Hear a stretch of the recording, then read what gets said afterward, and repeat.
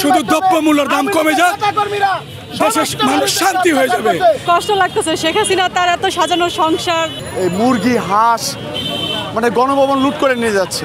গণভবন এখান থেকে যে যে জিনিসগুলা মানুষ নিছে এগুলা অনুরোধ, এখানে যারা সেনাবাহিনী আছে তাদের কাছে আমার অনুরোধ, তাদের কাছে এটি জমা দেন। তো আমরা সিন্ডিকেট মুক্ত দেশ চাই, সিন্ডিকেট মুক্ত।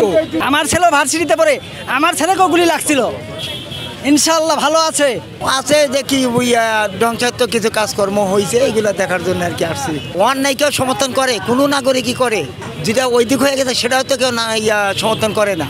যাদের জীবন গেছে ওইটাই কি কেউ সমর্থন করছে? করে নাই। এটা হয়েছে এটাই কি কেউ সমর্থন করে? কেউ করবে না।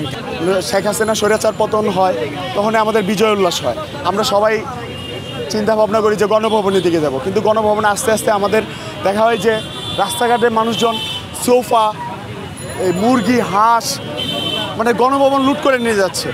কেন ভাই? তাহলে এই শেখ হাসিনা স্বৈরাচার আর আমার মধ্যে পার্থক্যটা কি থাকতেছে? সাধারণ শিক্ষার্থীরা এই স্বাধীনতা চায় নাই, কখনোই চায় নাই। এটা তীব্র নিন্দা জানাই যে এই যে দেওয়ালগুলো ভাঙছে, ভাই এটা আমার আপনার টাকাই করবে।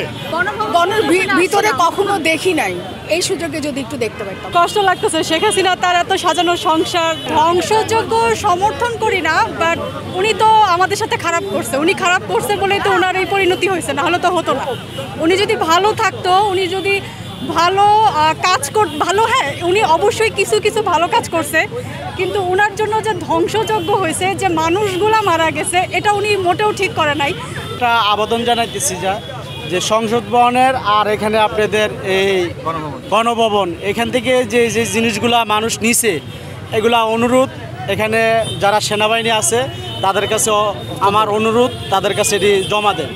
যে এসি নিছেন, আপনারা পেন নিছেন, বা আপনারা যে যা নিছেন, জরুরি যত জিনিসপত্র আপনারা নিছেন এগুলো অবশ্যই এখানে এসে আপনারা জমা দেন। তো আমরা সিন্ডিকেট মুক্ত দেশ চাই, সিন্ডিকেট মুক্ত। আমরা চাই দেশে শান্তি চলে আসুক, শান্তি চলে আসুক।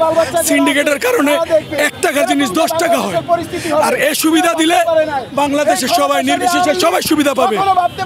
কোনো ভাতা দরকার নাই, কোনো সুযোগ সুবিধা দরকার নাই, শুধু দ্রব্যমূল্যের দাম কমে যাক, দেশের মানুষ শান্তি হয়ে যাবে। ছাত্রদের যে একটা জয়, এই জয়টা দেখতে আসছি আমরা ঢাকা শহরে। আমার ছেলে ভার্সিটিতে পড়ে, আমার ছেলেকেও গুলি লাগছিল, ইনশাল্লাহ ভালো আছে, তাদের জয় হয়েছে, এটা আমরা সবাই খুশি। দেশে নতুন কিছু হয়েছে, দেশে নতুন কিছু হয়েছে, নতুন আসতেছে, দেশ এখন যায় স্বাধীনই হয়েছে না, এটা সমর্থন করি না, কিন্তু এটা হয়ে যায়, এটা কিছু করার নাই, এটা মানুষ ক্ষুব্ধ হয়েও করছে। এখন এই সম্পদ নষ্ট হইলেও কিছু করার নাই।